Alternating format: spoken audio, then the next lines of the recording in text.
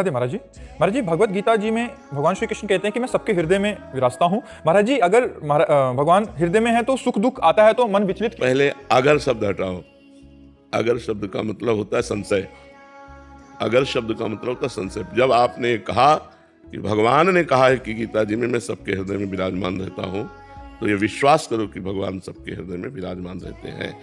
अब अगला प्रश्न जो उसमें आपका है कि सुख दुख किसको अनुभव में आता है, क्या ऐसा प्रश्न किया? जी महाराज जी। नहीं, हृदय में फिर विचलता क्यों हो जाती है, सुख दुख? भगवान हृदय में विराजमान है, सुख दुख तुम्हारे मन में आता है। तुम्हारा मन भगवान का चिंतन नहीं करता, तुम्हारी बुद्धि भगवान में स्थित नहीं है, इसलिए हृदय में रहते हुए भी सकल जीव जग दीन दुखारी।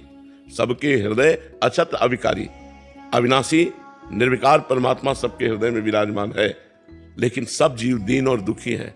क्यों? तहां वेद अस कारण राखा, भजन प्रभाव संत श्रुति वाका।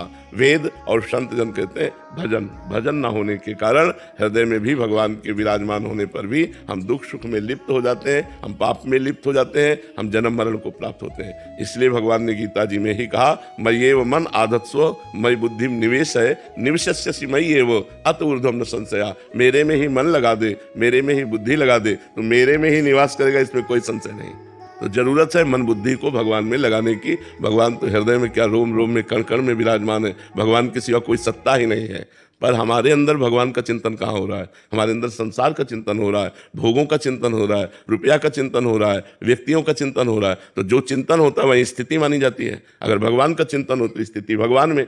भगवान अविनाशी आनंद में, तो अविनाशी आनंद में भाव तुम्हारे अंदर रहेगा। और संसार विनाशी दुख सुख में, तो वही संसार का है। तो आप अपना चिंतन संभालिए, आप भगवान का चिंतन कीजिए, भगवान का अनुभव आपको होने लगेगा तो आनंद में हो जाएंगे। दुख सुख संसार, आनंद भगवान। तो आनंद स्वरूप भगवान का चिंतन कीजिए। आशु